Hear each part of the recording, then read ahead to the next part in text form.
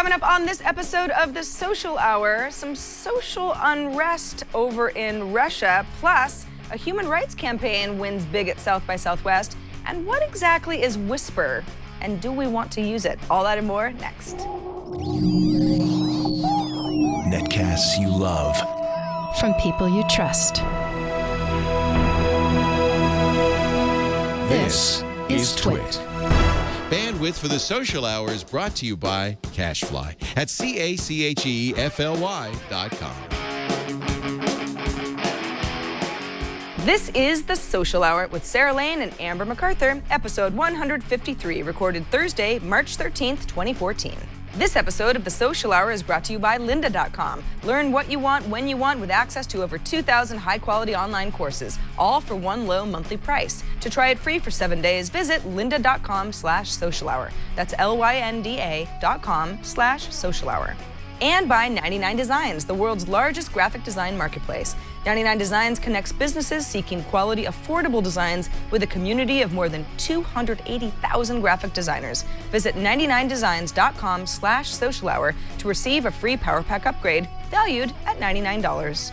And by Squarespace, the all-in-one platform that makes it fast and easy to create your own professional website or online portfolio. For a free 2-week trial and 10% off, go to squarespace.com and use the offer code SOCIALHOUR. Hey everybody, welcome to another fancy edition of The Social Hour from Twit World Headquarters in Petaluma, California. I'm Sarah Lane. And I'm Amber MacArthur, and I'm no longer in snowy Toronto. I've finally taken off, and I'm in South Florida for the next few weeks, so I'll be doing the show from down here, and I'm super happy about that, Sarah, because I do believe that Toronto got pounded by yet another big storm, and I do feel sorry for my friends back there, but I'm happy to be at the beach. I'm happy to have you at the beach because I want you to be warm and comfortable. You do look, you look pretty happy. You've already got, you've got that sunny disposition thing going on. Must be the Florida salty air. It is. It's always good. So love coming down here, and it's always a nice little break from the cold weather. And I have to say, Sarah, when I was looking through links, there are just so many this week, like every week in the social media world. But this week in particular, I felt like, wow, an hour might not even be enough because we have so much stuff to cover. We do. I guess we should start off with something from Russia. Now, you found this link. It was in the New York Times, and it's a story about, how do you even summarize this? A story about how a very large social network in Russia has been handed over to the Kremlin, and the name of it is something that I've never heard of before. Would you pronounce it vKontakte? It's funny, I thought about that before the show. So it's vk.com, although that is just the URL. I don't know how to pronounce the official name, but it is something like you said. And it's a really interesting story because it looks as though this particular social network is one of the largest social networks in the world, obviously behind Facebook, but they still have about 228 million users. So it's a massive online community. Now, it had been independently owned for a really long time. There were a couple minor stakeholders, but just recently, the Kremlin has, in some ways, really kind of not taken over, but there are Putin supporters who are businessmen who have bought a majority stake in this particular social network. So when it comes to free speech online and the community in Russia and Russian-speaking individuals around the world who depend on this social network, it's a bit of a blow in some ways because we know increasingly with the Kremlin, there have been so many stories about how they're clamping down on free speech. Just in this article as well, they say in January, Parliament passed a law allowing the government to quickly block any undesirable websites. So it's an unfortunate thing. I guess the only good news is the founder, the creator of this website has gone on, and even though he's still involved as a minority owner, he's gone on and he's starting a new social network. So it has thousands of people so far, and maybe it will take off as well. Yeah, it's been around since 2006. For any audio listeners, we were showing what a typical page looks like on VK. It looks a lot like Facebook, where with pages and profiles and photos and that sort of thing. It's weird though, isn't it? This site has been around since 2006. Pavel Durov is the man behind it. Sounds like, under increasing pressure over the last year or so, ended up selling his 12% share of the company, which is quite a bit for such a large company, to Ivan Tavrin, who's a partner of the pro-Putin regime, and that is a sort of a frightening thing. Yeah, it sounds like he's decided, the site's owner has decided, to go along with something called, what is the next? It was it's Telegram. This is his next venture. Yeah, it is like leaving Russia and the whole thing, but it would be the weirdest thing. The two weird things about this. First, that I'm like, oh, I've never even heard of this network, and there are many, many millions of people using it. And the second is, can you imagine something like that happening here? Oh, Facebook now is part of the U.S. government. They're the majority owner. I mean, it's just, it would be unheard of, or would it? I don't know. Yeah, I mean, I think it would be an unfortunate situation in many different ways, although I guess if it did happen here, then perhaps we could hope that they didn't clamp down on free speech. But I think based on Russia's history, I mean, it looks like there could be issues in the future. You know, maybe they will let people continue to have free conversations on the social network, but I don't know. I mean, they don't have the best history for allowing people to do so. So we'll see what happens, and maybe the new social network that has been launched by the original founder of this website will launch something equally as awesome that people love. But it will be hard to attract 223 million users, Sarah, because that's just a massive online community. Is it too much to hope that we can get him on the social hour to talk a little bit about? Oh, great idea. I mean, why not? Just do it. Okay, yeah, I'm going to make a note to myself, Sarah. Yeah, just put it on the to-do list. He can tell us a little bit about how it feels to have a social network under increasing government pressure. Yeah, I love that from idea. The Kremlin. And you know, it's so interesting because I'm just fascinated with all these social networks in different parts of the world, because I think so often we kind of look inward and we use Facebook and Twitter, all these other websites, and we forget that, you know, they really don't necessarily dominate in most countries internationally. So it's neat to see the impact of communities like this that have really taken a bite out of the Facebook community. Well, on another political note, but this time in the U.S., there is it's a polarizing web series hosted by Zach Galifianakis called Between Two Ferns. It's a if you're not familiar with the show, I don't know where you've been. Some people think he's very funny. I'm in that camp. Other people do not. But he's got a show where he basically acts like a dope, and he sits with celebrities and basically acts like he doesn't know who they are and kind of is offensive, and it's very funny. Anyway, Between Two Ferns had President Barack Obama of the United States, as a guest the other day. And besides the fact that I thought it was pretty funny and just shows that, hey, even a president can sort of be in on a joke and have some deadpan humor, it was a way to promote healthcare.gov, which Mr. Obama did promote during the show. And it sounds like, Amber, there was a huge amount of traffic driven to this site, supposedly for new healthcare signups, because of this funny show, which I guess is probably a win for everybody.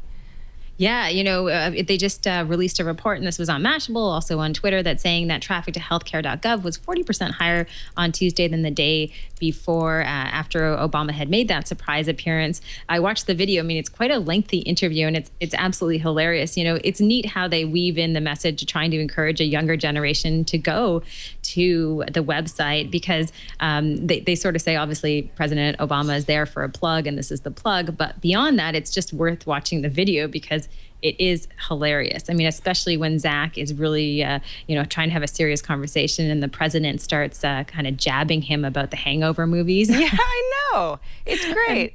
It's funny. Harlequin in our chat room says, it felt scripted to me. Well, yes. It was. Yeah. Absolutely. Yeah. I mean, this is not just sort of like off the cuff. Can you imagine if Zach Galifianakis says, just sit down, President Obama, and, we'll just, I'm not going to tell you what I'm going to ask you. We'll just riff. Yeah, I don't think that's going to fly. Right, exactly. No, it was hysterical. And I definitely saw, because I follow some Twitter accounts that are associated with the White House and President Obama and people who are involved with healthcare.org, and they were really excited about it because they could see the site traffic just skyrocketing because, funny or not, people maybe for the first time we're saying, maybe I should go to healthcare.gov. It sounds like it might be a good option for me. You know, I don't know how far we want to get down that rat hole, because then I'm going to get a lot of angry people writing us saying, I love how Sarah, I love how you censor yourself, Sarah. It's like you've gone through years of abuse or something from people emailing all these negative emails. You're like, don't talk about religion, don't talk about politics. Yeah. You know those things to stay away from, right? Right. I just feel like I always have to say, and you might be on one side or the other, but here's this great social story. Now, it was funny. I actually had a spirited debate with a friend of mine on Facebook. I used to work with at Tech TV, actually, who says, Zach Galifianakis is not funny. I mean, when will the world wake up and realize that? And I was like, I think he is. I don't know. think he's funny. I mean, he's It's one of not those everybody's people cup who, of tea. yeah, I mean, he's so not funny that it's funny, right? Like, Right. it's very dry and it's not for everybody, but I do think he's pretty funny. It's definitely, it's a good video to watch. And I think that whether you are on the side of the president or not, he did a good job of just kind of riffing. And even though it was scripted, it was humorous at many points. Indeed. Also possibly humorous to anybody who ended up reading this this correspondence. You found this story about somebody who rejected someone else who was looking for, it sounds like, to make some contacts, looking for a job on LinkedIn.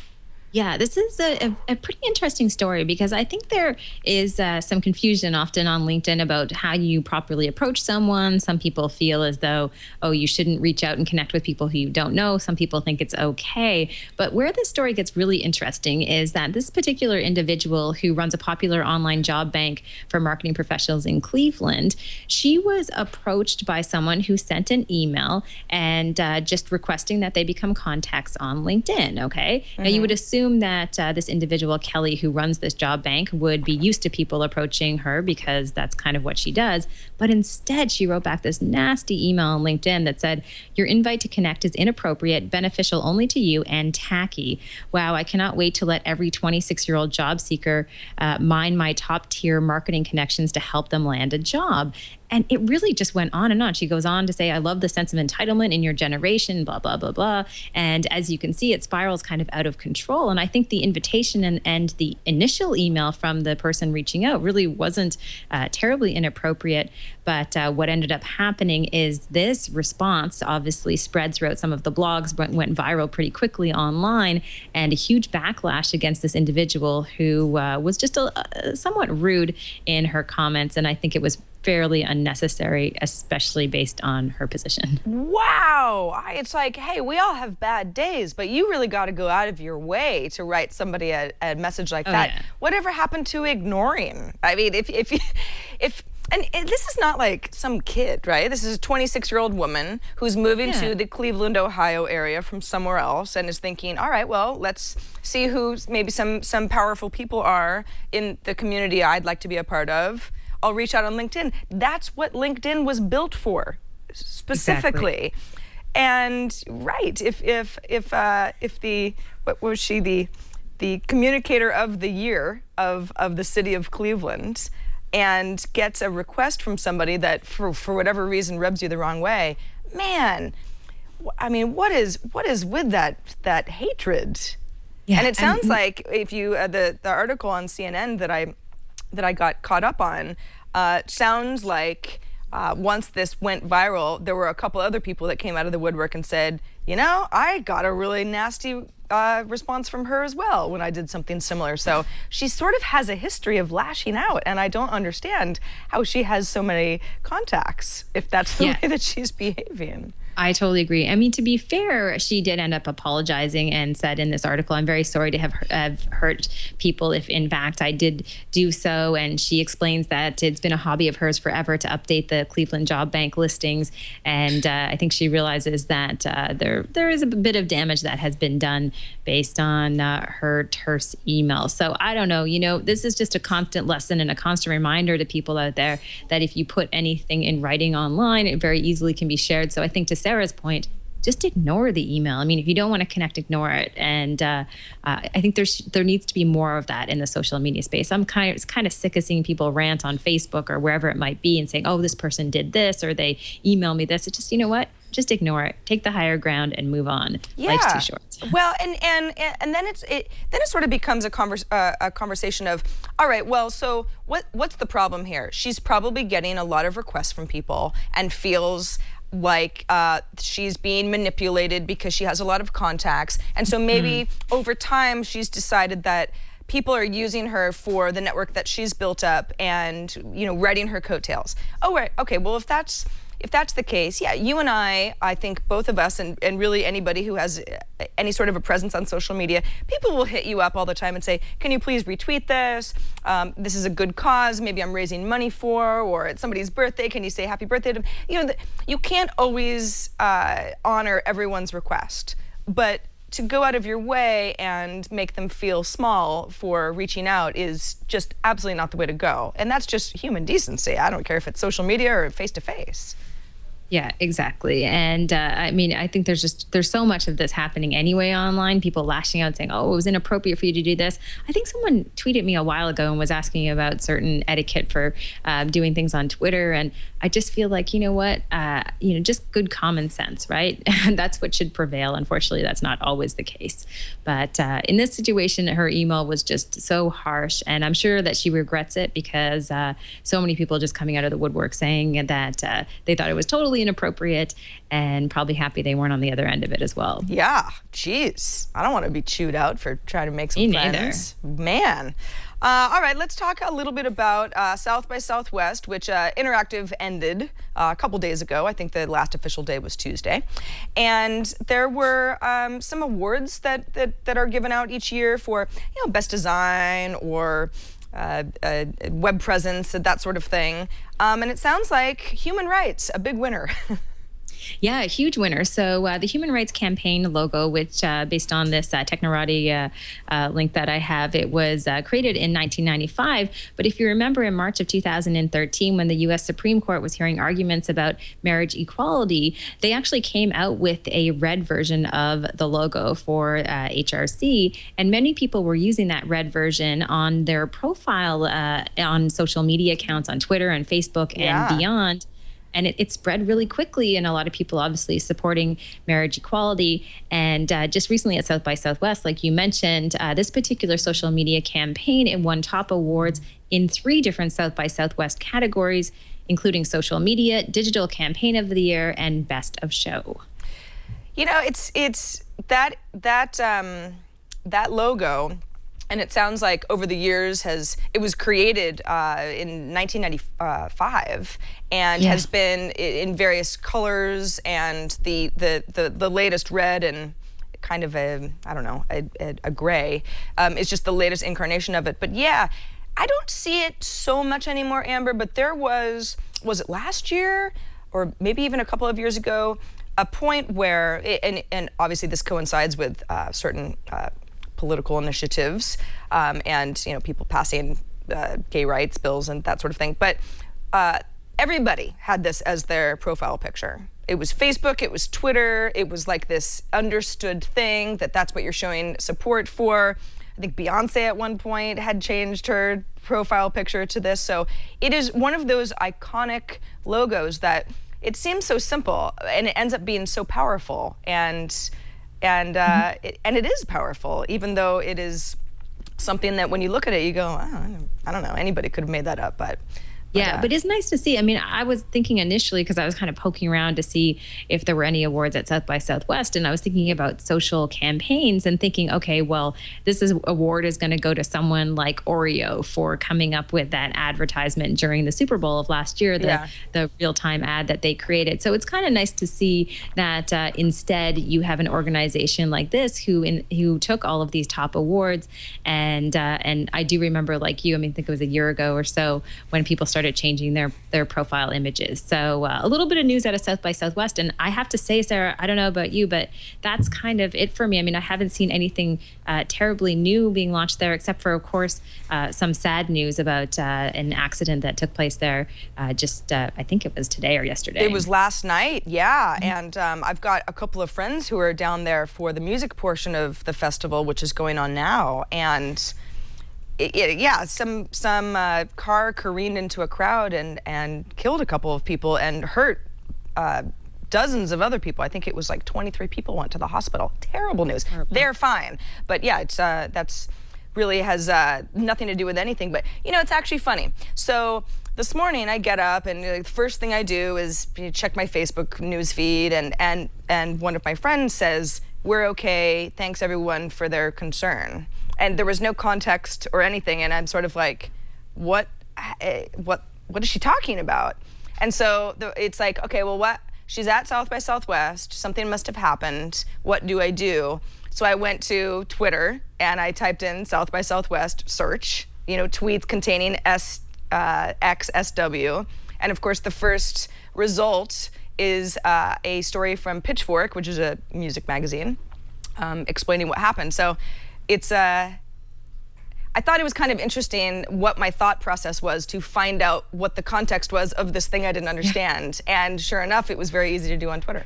Yeah, no, I do that all the time with news bits. I mean, if I see someone tweeting something or someone emailing or posting something on Facebook, I'll just go to Twitter and start doing major searches, and you just can get news so much faster, and then you keep refreshing all the time. So it's become more of a habit for me as well. Oh yeah, can't do without it. All right, well, let's move on. A quick reminder, though, that we are live on Thursdays, 11 a.m. Pacific, 2 p.m. Eastern, which is Amber's time and my time. Works out very well. Everybody in between and beyond.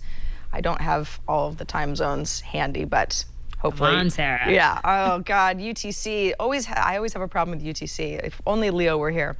But our website is twit.tv/TSH. So if you can't watch us live, that's okay too. We post all of our show episodes. We've got the video all handy on each episode page. You can get your subscription links, which is, of course, always free, to the audio or the video portion of the show. A lot of people aren't able to watch, but say that they like to listen to us during their day at some point when you're commuting or, I don't know, making dinner or having your headphones on at work pretending to do something else. I don't know. But thanks to everybody who watches us live and watches us on demand each week. All right, let's take a moment to thank lynda.com for sponsoring this episode of The Social Hour. If you're watching or listening to us, you're probably interested in social media. Of course, that's what we talk about. So what if we said you could learn a bunch of new programs, a bunch of new tools that would help you leverage this whole social media business? Sounds pretty good, right? With easy to follow video tutorials on lynda.com, you can do that. These are online courses where you can learn at your own pace from top industry experts. With a subscription as a member, you'll receive unlimited access to thousands of online video courses that cover all sorts of stuff. Yeah, sure, social media, but a variety of software, business skills, stuff that you may have always wanted to know more about, but think, well, you know, I'm not going to go back to school anytime soon. How would I actually gain these skills? Who do I know that could teach me? This is exactly what lynda.com is great for. You can start using a WordPress blog. Maybe WordPress has always been a platform you're interested in, but it seems kind of daunting. You can take better photos for your social media posts. You can learn how to better advertise using Google AdWords. A lot of people make a lot of money that way. You'd like to as well. You can use Google Analytics to measure the effectiveness of your content, even Microsoft Excel to create pivot tables, analyze data. All of that stuff is available at lynda.com. In fact, there are some new courses this week. Foundations of Programming. I love the idea of that because I don't know how to program, but I sure would like to. Programming for Kids. Up and running with 3D printing. Up and running with Constant Contact. UX design skills. Photoshop. Amber, I don't know how to do any of that stuff. This is the perfect week for me on Lynda. We just got a 3D printer at our house and we haven't really done too much with it. So I could use the 3D printing course. Oh, that's awesome. A 3D printer, huh? Ooh, I know. I can't wait to see what you print first. Over 2,000 courses. Courses are being added daily. Lynda.com is insanely high quality video production, state-of-the-art studios. This is not homemade stuff. It's top notch here. You can watch from your computer or your tablet, your mobile device. You can also switch screens. Maybe you get halfway through a course at your computer and you got to go somewhere. You can finish up on your phone, pick up on each course where you left off, and jump around. You can go from beginning to end, or you can jump right in. Yeah, ooh, 3D printing course. Ooh, I like the look of that already. Learn something new in 2014 with lynda.com. $25 a month to access the entire lynda.com course library. For $37.50 per month, you can subscribe to the premium plan. That includes some extra goodies, exercise files, lets you follow along with the instructor's own project using their assets. So you can drill down a little bit more. Lynda.com right now. Try it free for 7 days. lynda.com/social hour. Access the entire library for an entire week. Over 2,000 courses for free. It's all at lynda.com/social hour. And thanks to lynda.com for supporting us. All right, Amber, this is something new that we are going to try out. And this was actually your idea. Yeah. I had just mentioned before the show, I have a friend who tweets new job postings in the broadcast television industry all the time. And I think that it's really neat because so many people are looking for work. And I think it's something we could do on the show on the social hour really well, particularly because I did find this cool job. So let's say we have a new segment on the show called Gig of the Week. And if you have social media jobs you want to let us know about that you've posted, please do let us know. This one in particular is interesting, especially if you love Wikipedia. At Harvard, they are looking for someone in the library who has skills editing Wikipedia. They are calling the job Wikipedian in Residence Assistant. And it's a 3-month temporary position. It pays about $16 an hour. So if you're in school, this would be a great gig for you. And of course, the skills you need to have, you need to understand how to update a wiki and create new pages and edit pages and all that other information. You have to be in good standing on Wikipedia as well. So if there are Wikipedians who are listening to the social hour, this could be a fun little job for you. I love the idea that Harvard Library is like, hey, we need some sort of a Wikipedia expert. Somebody who not only understands the syntax, but is in good standing with the Wikipedia community, because it's easy not to be if you abuse the community aspects of updating. And it's like the librarian plus the social media know-how. They really go perfectly together. Yeah, they definitely do. And this was, such a great job for anyone who loves Wikipedia and loves the social space. But, there are so many other gigs out there as well that I've seen in postings, and we'll just try to share them on the show. And I think it'll be a good little service for people who are listening and who are watching. So please let us know if you find anything else. Yeah, Gig of the Week. It's our new thing on the social hour. We want everybody to get paid. Doing stuff that's fun and relevant. All right, our social tip of the week. This is awesome because in the camera wars, I don't even really know if there are a lot of camera wars anymore. I should ask a photographer, but they're the Canon people versus the Nikon people. And I decided a long time ago that I was in the Nikon camp. I don't really know why, but I've just decided that that's kind of my legacy company. Why? I don't know. But it sounds like Nikon is doing quite a social media push with a variety of tutorials to make us all better photographers.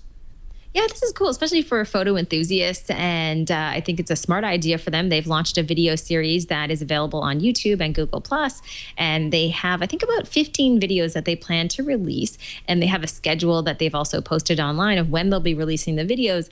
And if you're in the social media space, I think a lot of the topics are really relevant to you if you are an enthusiast and you want to know how to have better lighting or shoot pictures of kids, and it's a fun idea. I watched one of the videos. They're about 3 minutes long, very well done, obviously, and some really great tips. So it was nice to see them do something like this that I think is much more useful in many ways, Sarah. The content will be very helpful for people, whether you use Nikon or not. Yeah, this is awesome stuff.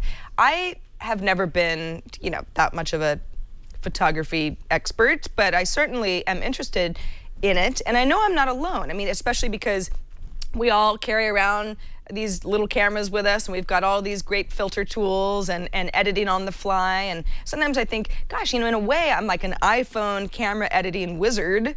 At least I understand what tools are at my disposal. But when it really comes down to being a professional photographer, that's a whole other thing. I have friends who are professional photographers, and it always seems like, oh, that's something for people who have, all of these skills that I don't have, and have access to all of this equipment that seems expensive, and who knows how to set that up. And the reality of it is yeah, that's all true. but there are so many skills that you can pick up just by taking a little time with tutorials like this. Obviously, Nikon's not the only company that has online tutorials for photography, but it's obviously put together really well, and we all win when Nikon puts effort into something like this online, be part of their Google Plus community, watch their videos, then people end up buying more Nikon products and everybody wins. But yeah, I urge anybody who's interested in photography to take a look and take advantage of this free, basically, online courses. Yeah, no, exactly. A great little tool. And I think it's good that they really have marketed it to a target audience. You know, they've pushed the content out to be great for enthusiasts, you know, people who just kind of want to dip their toe in and get a sense of some better tips that they can use, and they've kept them nice and short. So obviously the videos, like you said, are beautiful as well. I'm assuming they're also shot on Nikons. And if you're a video enthusiast, you probably would get a lot out of just watching the videos too, because they're very slick. You know what I was thinking of doing, Amber, is trying out regular film again. I don't know who I think I am, but it just seems so. It seems so difficult. Because it wasn't that long ago. I actually have an old Nikon camera that we used in college for a couple photography classes, and you know, it's film, and we learned how to print our develop our own film, and and the whole thing within the dark room, and it seems like it's such a retro activity now. I'm sure there's some darkroom somewhere that I could rent space or time in San Francisco, but I kind of like the idea of that, just because it's like, I don't know, it's like, it's like the difference between using Bisquick or making pancake batter from scratch. I don't know, something like that. Something about the going about it the hard way appeals to me. Yeah, you're kind of getting back to the basics. You know, it reminds me of when I moved out to San Francisco in 1999. I worked at Razorfish, but I also took on a job doing just an internship at KQED in San Francisco at the radio station there. And at the time when I got there, you know, I had been learning how to edit digitally. So in my journalism program, we did all of our editing digitally. I get to KQED thinking, oh my gosh, you know, I'm going to learn so much here and really advance my skills in terms of editing digitally. I get there and we were still cutting tape, Sarah. Wow. Like slicing tape and taping it together for radio programs. You know, I would cut out all the ahs and ums, and that would be part of my job as an intern. And I was literally like, oh my gosh, I can't believe we're doing this in this day and age. So, I just whacked my table. Getting back to the basics, though, to your point, though, there was something nice about it. I have to say. You know, I'm trying to think of, okay, what year did I graduate college? All right, so this is a little bit before 1999, but not much. I was a broadcast major at my college, and there were audio courses that I wasn't particularly interested in going into radio, but you had to take them. They were required courses for my degree, and we did the same thing. We learned how to cut reel-to-reel audio tapes, and I remember being in the class going, nothing in real life is going to be of any, this is not actually a skill that I'm going to need, because at that point desktop video was just starting to happen. But turns out in 1999, the local NPR affiliate in San Francisco was absolutely doing that. So I probably should have paid more attention, because I don't remember how to do it now.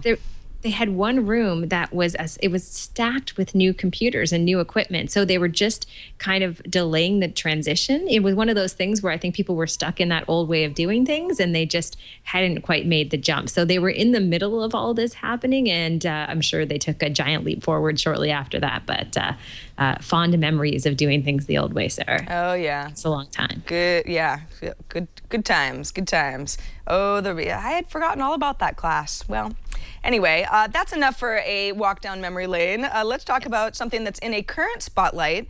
Boy, ephemeral messaging and posting anonymously on the internet has really gained some sort of resurgence lately. And the latest news in this category is it's a website, but it's also an app. It's a service called Whisper that I guess, Amber, you could compare it to Secret that we profiled here on the Social Hour not that long ago, but a little bit different. What is Whisper? So it is a place where you can use the app to share your secrets. It was founded in 2012 and just recently became quite popular. In the CBC article, they say that they have about 2.5 billion page views a day currently. And the concept, it's just massive. So the concept is that you share a secret and they basically take whatever your text is and they lay it on top of an image that they either choose from their database, or you can upload your own image. And it's like sharing secrets, but it's definitely visual as well. So it's a kind of a visual based platform, which I think is somewhat different than some of the others out there. And it's totally anonymous, but of course you can have a user profile there. And when you comment and share, people can see your name. So I don't know. I mean, this is a certain demographic, I think, and I don't really fit in there, but it's taking off. What can we say? Yeah, it's interesting because we're just, scrolling through these whispers, and a lot of this reminds me of, I don't know, it's like teenage angst. I mean, there are a lot of these that I find myself kind of rolling my eyes at, like, okay, you're posting anonymously on the internet about something, and I'm glad you feel better, but why would I ever scroll through all of these? But they're also sort of compelling. You've got this text that's... Yeah, it looks good. Yeah, that's on top of, some sort of, some of these seem like stock photos, right? This one that I'm looking at now that says, I purposely make it colder in my room so my girlfriend will snuggle up closer. Well, that's probably not the two people that we're talking about here, but you get the message of the fact that somebody wants to, hug more. But it's like, what do we all get out of this? They're wildly popular. I mean, Secret the app, which I'm not really looking at anymore because, I don't know, I have better things to do. But I know a lot of my friends are constantly saying, ooh, did you see that one secret? Who do you think that was who sent the message? Because Secret is a little bit more social. Whisper is totally anonymous and doesn't connect you with anybody necessarily. But are we all just so sick of talking about ourselves and promoting ourselves and retweeting each other and liking each other's posts that there's something really compelling about being an anonymous person and being more honest about how life really is? Yeah, I mean, I think I kind of want to try to see the positive side of this. And I think they do mention this in the article, and we've talked about it on the show in the past, but I almost want to believe that it's just a younger generation and there's a backlash against all of the public sharing that they've grown up doing on Facebook or other websites. And they want something that's a little more private, a little more anonymous, hence something like Snapchat growing in popularity over the past year or so. So I want to believe that, but at the same time, I just can't help but think how self-indulgent something like this is. It's like, I mean, there have to be more productive things to do with your time, but I don't know. If you need to vent or share, I guess if you're not doing anyone harm, I guess it's okay. But I think there must be something to the fact that people complain, oh, Facebook always makes me feel bad about myself because everybody's posting the pictures of their family trip to Hawaii, or how lucky they are to have such great friends, or here I am doing this amazing thing, or here I am all dressed up and I look so good. And we've been trained to share the good stuff. And the bad stuff, it is shared online as well, but less so. And that's really not a fair representation of how life is. So there must be something about this where, not that Whisper is all about bad news or terrible things, but there is some, this one I'm looking at here, I use my middle name on Facebook, so I'm not associated with my family. Well, geez, obviously you're not going to post that on Facebook. Your family's going to see it. So there's some therapy thing going on here. I think that's what it feels like. It's almost therapeutic, right? I think you hit the nail on the head. I think that's what it is for people. It's therapeutic. It's like there can be no backlash or anything because it is totally anonymous, but you just need to get it out of your system. So I guess it's mobile therapy, if we can call it that. Sure, yeah. Smartphone therapy. Yeah, and let's just hope at some point, if you don't like your family, that you aren't exposed, I don't know, traced back to some IP address later on when Whisper is hacked. That's my fear in all of this. It's like, I really can't get involved. Sure, I could say all sorts of crazy things anonymously, but I don't feel like anything's really anonymous online. It doesn't work that way. Someone will find you and it'll haunt you, and then you'll be that person who posted that you hate your family on Whisper. And I don't know, maybe I'm just paranoid, but I've seen it happen too many times. Yeah, no, I'm totally with you. So anyway, people who use it, maybe they love it, and maybe it is therapeutic, and I'm sure it's going to continue to be popular. So what can we say, Sarah? Now, speaking of something that may also be therapeutic for people, people love cats, Sarah. So we have to always have a little cat story on the social hour. And I'm coming around on the cat thing because when we first started the show, I have to tell you, wasn't the biggest cat fan in the world. I'm glad to be turning you towards the right side of the force.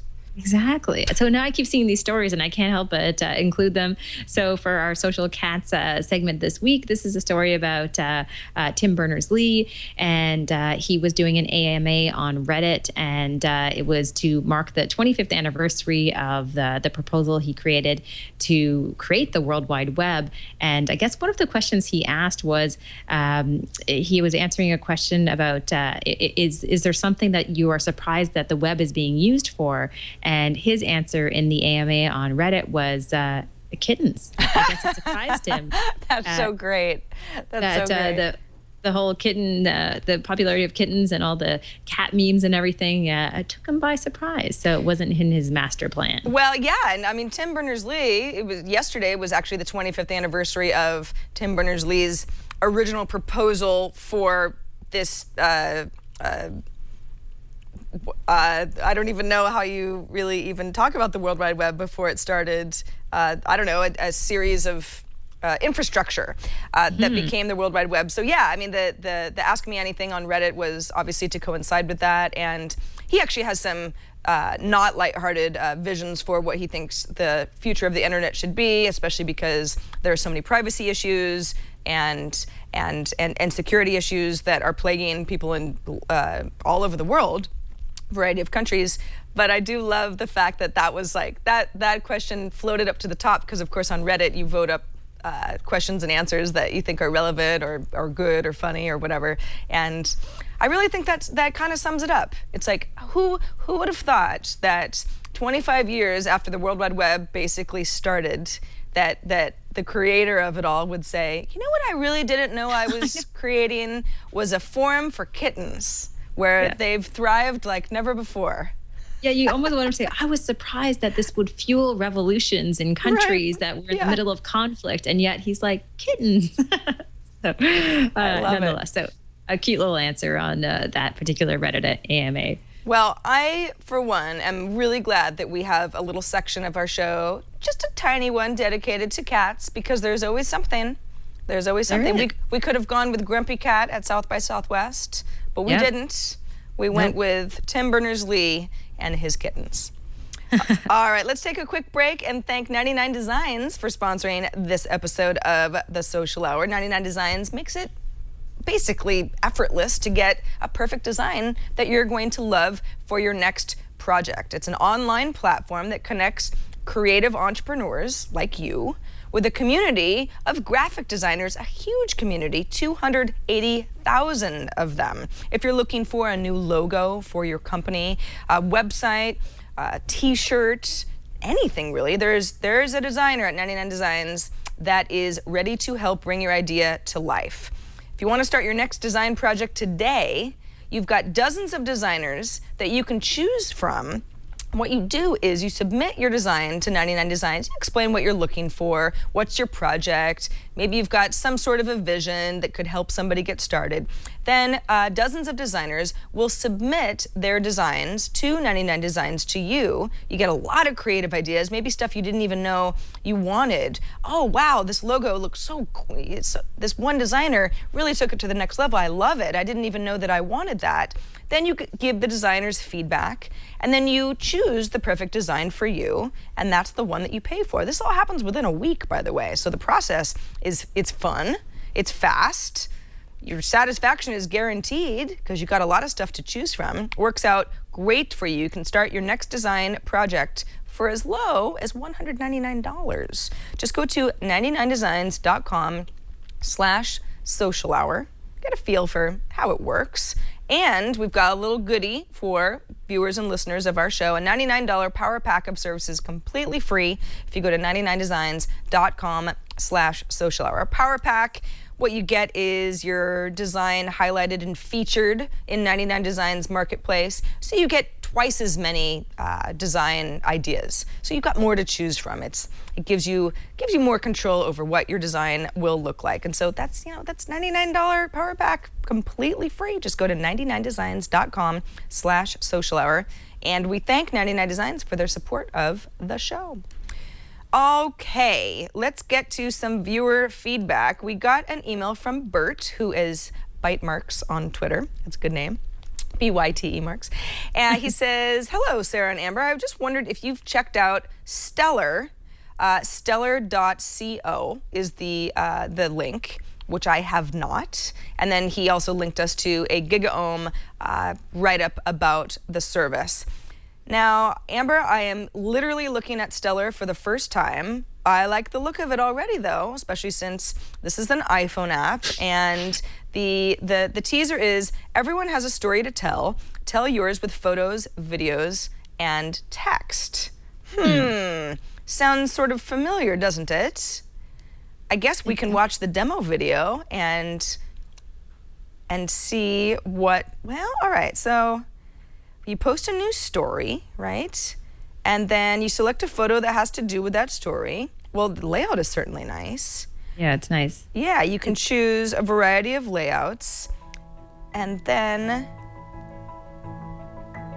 okay, so it's sort of like, so this isn't just sort of some sort of an update on, let's say, Path or another kind of visual network. This is actually putting together almost like a little book, maybe, that you would put together about, I don't know, a vacation or something that happened, or like a journal almost. Yeah, okay. So there's like a photo, and you can say, you know, in our demo video, we're seeing that this person is explaining what. Okay, so you've got photos and videos. This is pretty cool, actually. It looks gorgeous. I mean, just for our audio does. listeners, I mean, like Sarah's explaining, I mean, it looks almost like a cross between Path and Medium, if that helps at all to visualize anything. It does, yeah. But much more visual too. Well, and this is kind of that photojournalism quality that I think some people do well on Instagram, and others not so much. I mean, there are certain people that I follow on Instagram, say, Amber, that they'll post a picture, and then there's a really kind of always there's a long paragraph associated with what the picture means. Maybe there's a story behind it. Maybe they were in a new city, or they were taking a photo of this person who's very interesting. And those are always my favorite, because there's this context behind this image that I like. I like the story behind it. You know, it's not just an image of a sunset. You know, there's a story behind how hard it was to get up to the top of the mountain to take this photo of the sunset or whatever. So it seems to me that something like Stellar is trying to put that all into a better package to give us those tools so that we can say, here's this photo or here's this video, and here's where I was, here's what I was thinking about, here's what time it was during that moment, which is there's always a story behind stuff like this. So I don't know, I'm gonna talk about this on I5 next week. Yeah, I mean, I wonder if you can also share the stories on Facebook and Twitter. Did you notice an option for that when you saw the video? I mean, I didn't see that. No, but I can't imagine that there wouldn't be. You know what? There probably is an option to link it to like a permalink, I would think, on the website, which is, you know, how Instagram used to work before Instagram had a web presence, or how Path still works now.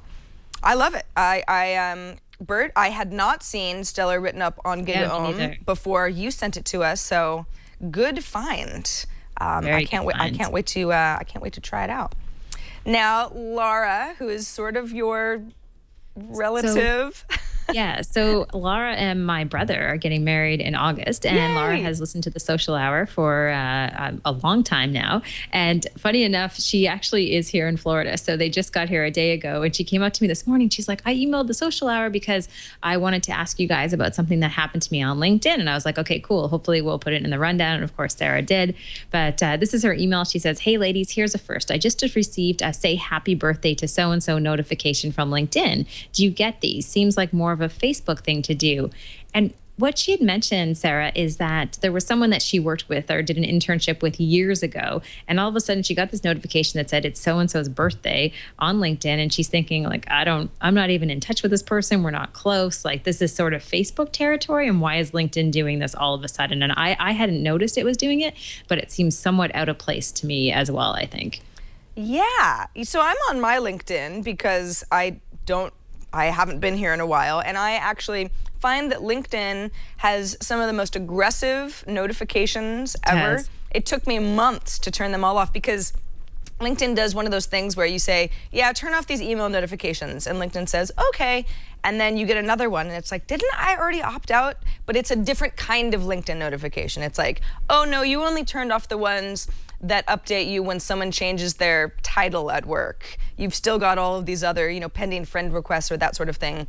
So I'm no longer getting LinkedIn notifications, but it was tough to get to that point. So there's probably some birthday notification I turned off at some point. But when I'm on the site, when I'm looking through my contacts, I don't see anything about birthdays. So it's kind of like this random thing that I guess some people are getting. Oh, look, Dr. Kiki. She's got a new photo. She looks great. But here's another one. Say happy work anniversary to someone that I used to work with, Jay Speeden, who now lives in Shanghai, who I guess has been at his job for 4 years. Oh man, gosh, time flies. But it's sort of like, okay, well that makes a little bit more sense, I guess. Does he really want me to say, hey, happy anniversary of being at your job that I have nothing to do with for 4 years? I don't know. I guess it's sort of a polite thing to do. But the birthday part of it seems, I guess what bothers me the most is I think we're all kind of trained, especially in a professional sense, that, you have to be a little careful with people's ages. And there's certain workplace discrimination that's involved with that. So I mean, we celebrate birthdays here at Twit, and that's all fine and good. But I don't know how much I would want anybody that I'm a LinkedIn contact of to be sending me happy birthday messages. I might be like, where did you get this information? What does this have to do with my career? I think it's a stretch. I mean, I think even the work anniversary thing is kind of ridiculous. Like, who really remembers their work anniversary? I mean, maybe if you absolutely love your job, or you would remember it. Maybe because I'm self-employed, I just don't even care because it's not even a date that I would have in my head. But I think the birthday thing, it does feel like Facebook territory, and it feels like, for LinkedIn to kind of stray into that world, I don't know. It feels like a massive stretch. And I'm with you on their notifications. They're really aggressive. And it's like when they did that campaign a while ago, when they said, oh, you're in their top percentage of people on LinkedIn with the best profiles, and they really go after you. So I think they have to be careful and definitely cautious about this, because they don't want to ruin what they have. And I mean, I think they have a pretty good thing right now.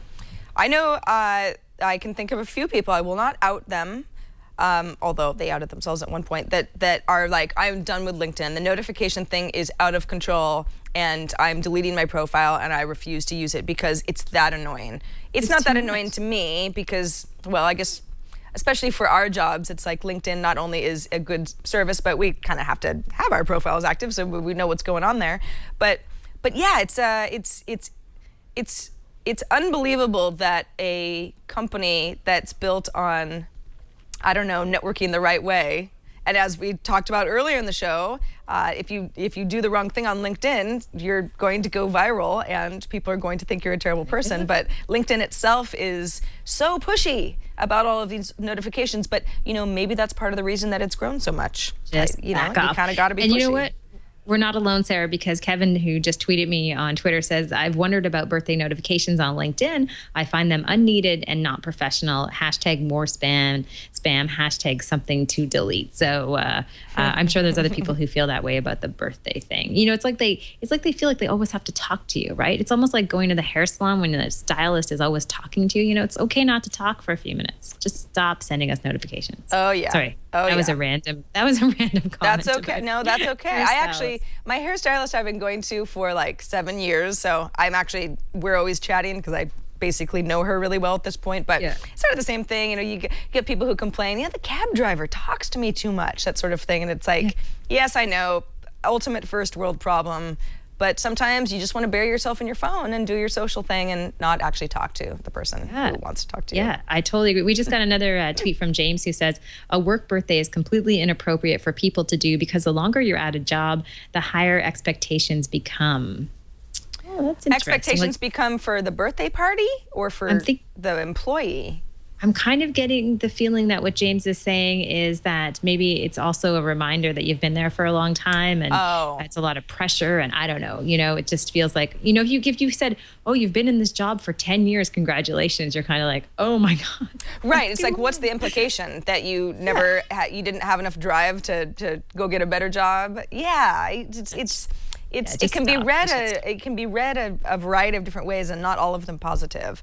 All right. Well, we did mention maybe birthdays should be should stay on Facebook. And speaking of Facebook, Robert wrote us and said, because we were talking about Facebook Paper last week and some new features, he said, there is a feature I haven't heard you mention. It's called interest lists on Facebook. It allows you to create something of a separate news feed just for pages you follow. He says, I'm an author. I have a Facebook author page. I follow other authors' pages, so I created a list for those pages.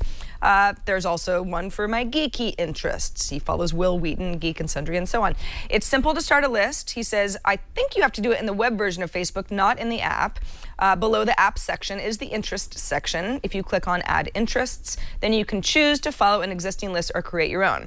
Robert says it's useful in keeping up on pages that might get lost in the regular news feed. I can also keep up with those pages if for some reason I haven't logged in and read Facebook in a while. And he kind of goes on and says it can be helpful for, business pages, creator pages, charity pages. News feeds can be cluttered. I agree with you there, Robert. He says, even if you have it organized by most recent stories, if you post on these posts on these specialty pages can get lost in the noise. The interest lists feature might help those pages break through. Well, I don't have any interest lists set up. I do think that I think I'm aware that you could do this, but I had forgotten about it, Robert, and it's a great idea, I think, Amber, especially because my news feed is crazy.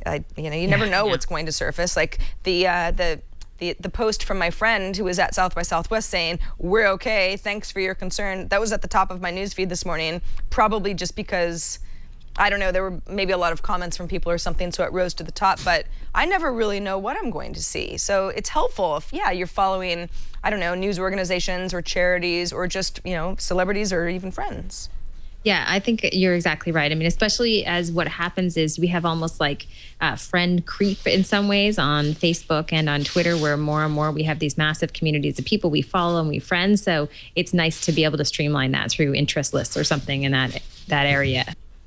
Yeah, so look, on my Facebook page, here we are, right under the developer section, I've got interests. So I've got pages and public figures. So that's something that is automatically populated for me because I follow some pages or public figures. Or I can add my own interests. So I could say something like, let's search for tech. Oh, that's kind of interesting that tech VIPs is a suggestion based on, this was developed by Robert Scoble. So we must have enough friends in common that these are suggested to me. We've got tech news featuring you, Amber. We've got startup investors, more tech news, photographers. This is actually very cool. But if I was to say something like SPCA, then there are interest lists that are based around that keyword, which of course is animal shelters, and I love all that stuff. So this is actually a really great little tip because I haven't added any interest lists, and what better way to make sense of Facebook than to categorize what you're interested in? Yeah, no, it's a great idea to do it and just be able to streamline everything a little bit. So thank you so much for the tip. Also, just wanted to mention another tweet we got from Gardner to go back to the LinkedIn conversation, who says, the bottom line for me is I no longer trust LinkedIn with my private information and to know what should be private. So that's an interesting take we're hearing on LinkedIn. And I think they, again, want to kind of avoid going the path that Facebook has gone, where people start to lose trust in them because it just never pans out. Yeah, especially since LinkedIn is not about personal life. It really isn't. The birthday thing does seem, I mean, even if it's not, offensive or something to get a notification about birthdays from LinkedIn, it just seems irrelevant. It seems like there are so many other things that the company could focus on. What if they bring back the poke, Sarah? What if there's like a LinkedIn poke? There was never a LinkedIn poke, was there? No, but what if there were? Can you imagine? Hey, you haven't hired me yet. Hey, you didn't answer my LinkedIn email that I sent you. I want to be your contact. That could get really irritating. Gosh. Oh, man. That's, you introduce a feature like that and more people are going to start snapping at other people via LinkedIn. Reminder that we love hearing from all of you. You help us make our show each week. You can write us at thesocialhour@twit.tv. Amber Mack on Twitter or Sarah Lane on Twitter are great ways to get a hold of us, not just during the show, but during the week. We get so many content suggestions from you, people saying, hey, have you guys seen this? It seems so perfect for your show. We love that. Do keep them coming because the two of us can't find everything. We require your efforts as well. You can also leave us a voicemail if you'd like to talk to us at 2626-SOCIAL. 2626 SOCIAL.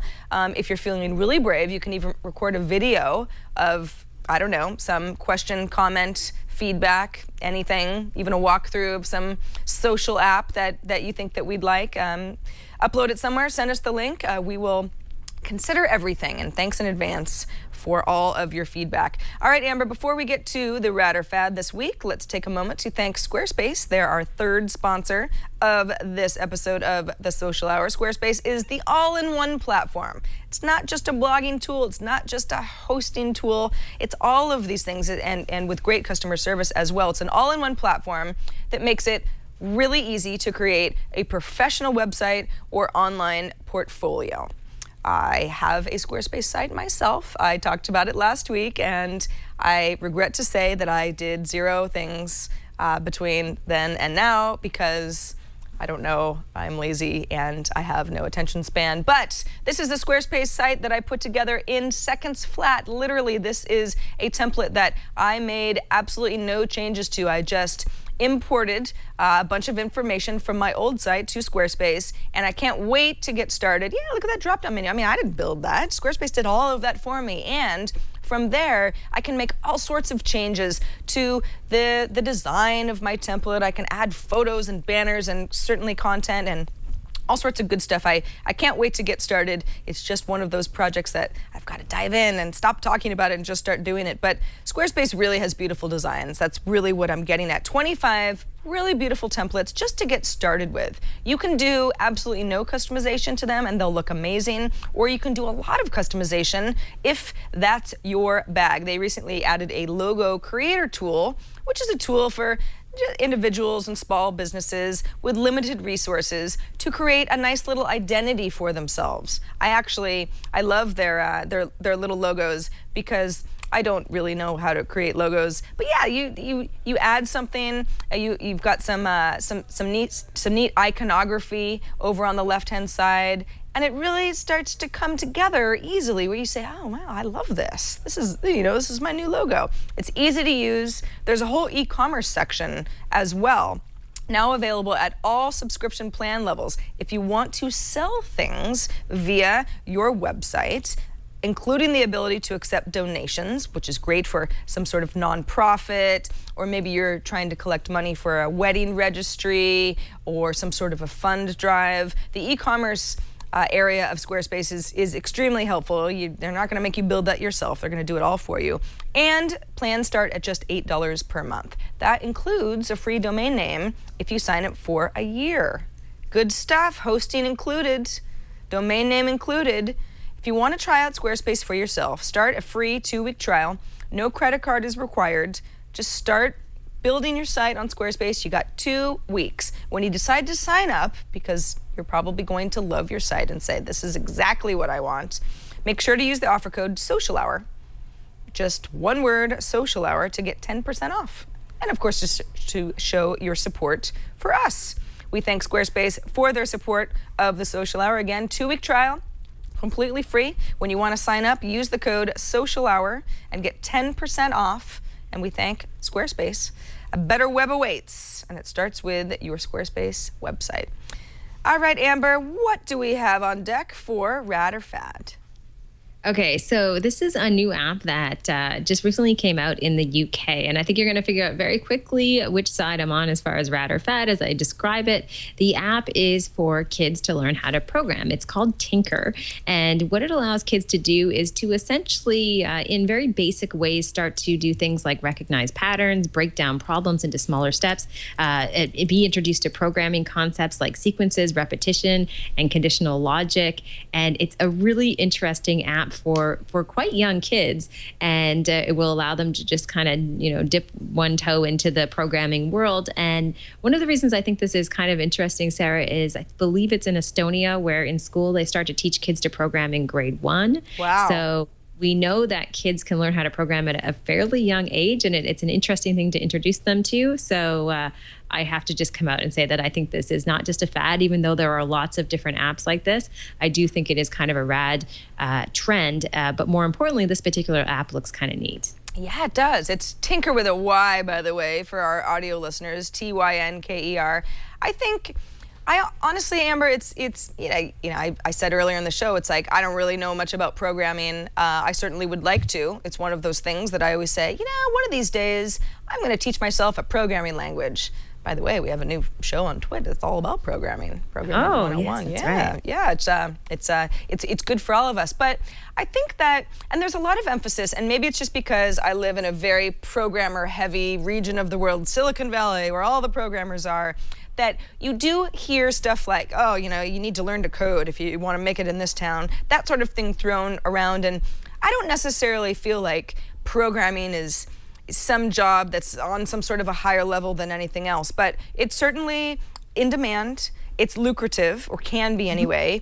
And I think that even if a child isn't going to grow up to be a programmer and wants to do something else, it is a foundation for the way that languages work, and computer technology and computer science, that it's just good to have that knowledge. And when you start at an early age, it makes more sense. I think I probably will have a much harder time understanding certain concepts than a first grader in Estonia who is just learning, along with a lot of other things, the way that these computer languages play out and what's going on, under the hood.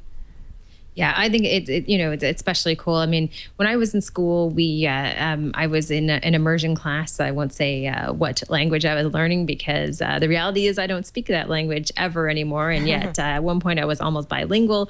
But if I could go back and if it were possible to learn programming, I think that would have been kind of cool. So for my son, for example, who's 5, I mean, I would way rather at this point that he learned how to code than maybe learned another language. I'm sure there's a lot of people who may disagree with that. But I think as far as securing his future, and like you say, getting a great foundation where in terms of where there will be jobs down the road, I think it's a really important skill set.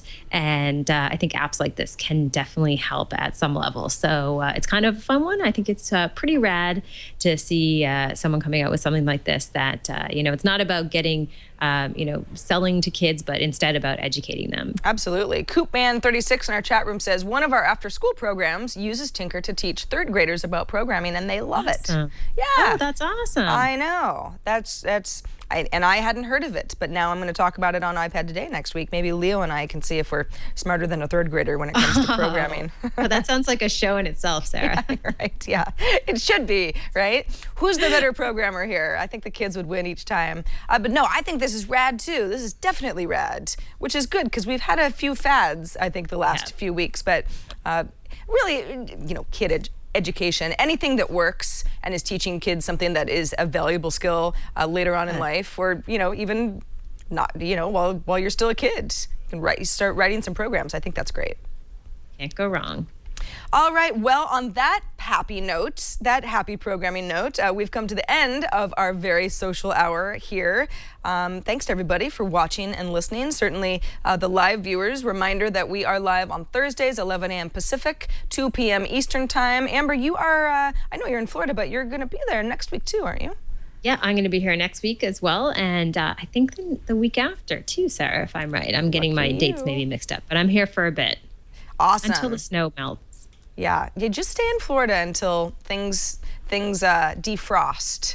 up Working on in Toronto.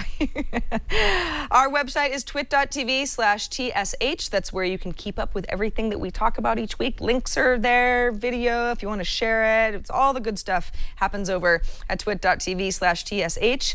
Of course, you can find our show on iTunes. If you like the show, tell a friend. Let them know that we're a couple of social gals who would like to hear from them as well. All right, until next week, I'm Sarah Lane. I'm Amber MacArthur, and we'll see you soon.